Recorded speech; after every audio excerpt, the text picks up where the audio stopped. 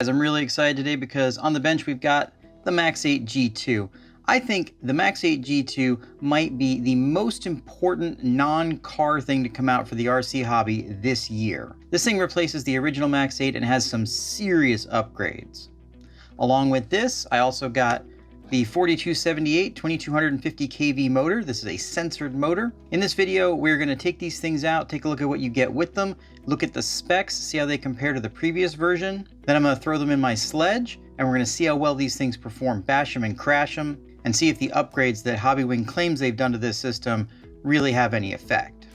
Now, before we take a look at this ESC, I want to let you guys know that statistically speaking, I checked into this and all of the cool kids are subscribing to my channel. Now, I'm not sure if you are a cool kid or you want to be a cool kid, but subscribing to my channel definitely is a good start in that direction, so why don't you go ahead and do it. So in the package, we get a set of wires that you can solder to your motor to go to the ESC, get a manual, some stickers. We have a splitter here that's probably for the Bluetooth module. We've got a label that comes for the programmer. One thing that's conspicuously absent here is the programmer. The Max 8 classically always came with a programmer, so unfortunately that's a little bit of a downgrade. Now this label is going to kind of show us everything that we get with this. We can obviously do the running mode. Now we see here they also have 5S listed. Before, I don't think you could do 5S on these ESCs, so that's a really nice upgrade. Cutoff voltage, auto, low, medium, and high, motor rotation, BEC voltage, this is another upgrade.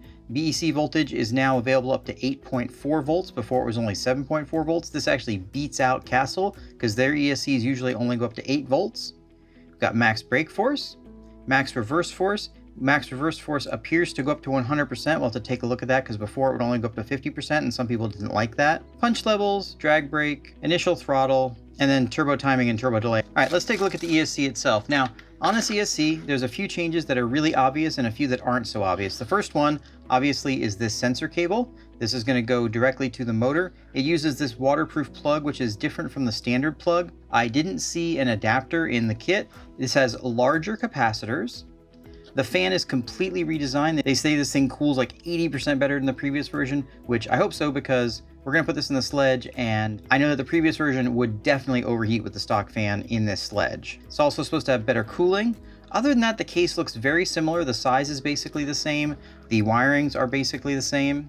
Updates you can't really see is they've got the board completely redesigned in here. It's supposed to be more powerful and cooler. This is actually a 160 amp ESC now, which is the same power as the Max 6. Of course, this will only run on 6S, but that means for those 6S vehicles, this thing should be a lot more capable. This motor is very similar to the previous version. They made a bit of a change to the cooling fins here, which looks, I don't know, I can't really decide if I like it or not. It looks fine though. It's now 2250 kV instead of 2200 kV. Size is very similar. They have this cap here on the end that's for the sensor setup, and then a 5mm shaft at the front. This looks very similar. We also have the sensor wire sticking out the back, and then the wires that go to the ESC. Nothing really new here other than that sensor wire. That's a look at the specs. Let me get my Sledge. I'm going to pop these in there. I've already pulled the stock system out, and I'll show you what it looks like. All right, got this thing installed in my Traxxas Sledge, and the installation went just fine. No, not really any issues.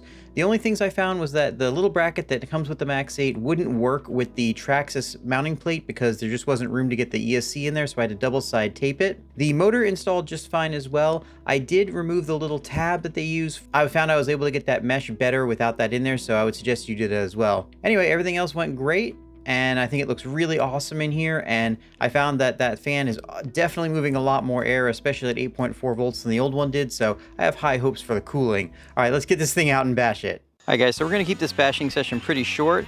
A couple things I wanted to show you is, first, of course, this is a censored system, so you can do things like this, which, of course, you can't do with a sensorless system.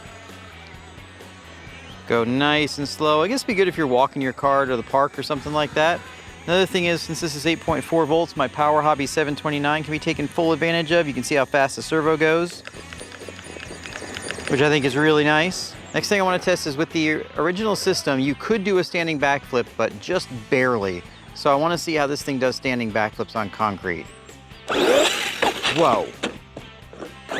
Okay, so that is a lot more power. Now, this is the same batteries I've always used, but look at this. Yeah, I can probably do rolling backflips with this now. Okay, yeah, that's a lot more power. Let's take this thing out and see how it jumps. All right, no point messing around. Let's just go straight to the big ramp. Air control feels really good. It's really snappy and really responsive. Yeah, it feels really good. Yeah, it's actually so snappy and so responsive that it's taken some getting used to.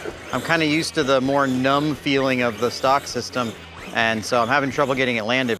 All right, well, after running a few packs through this, I can definitely say that Hobbywing's claims seem to be true about the Max 8 G2. This thing runs cool and is very powerful. If you didn't tell me it was a Max 8, I would swear that there was a Max 6 in this truck. The only real trouble I had was, of course, the double-sided tape let go, which is definitely a testament to the toughness of this ESC, because I didn't notice, and for a half a pack at least, it was bouncing around inside the truck, and everything still held up great. I really think you should pick one of these things up. It definitely feels like the future of these 8-scale combos, and I think Castle really has some catching up to do in this respect. All right, guys, thanks for watching, and we'll see you in the next one. Don't forget to like and subscribe.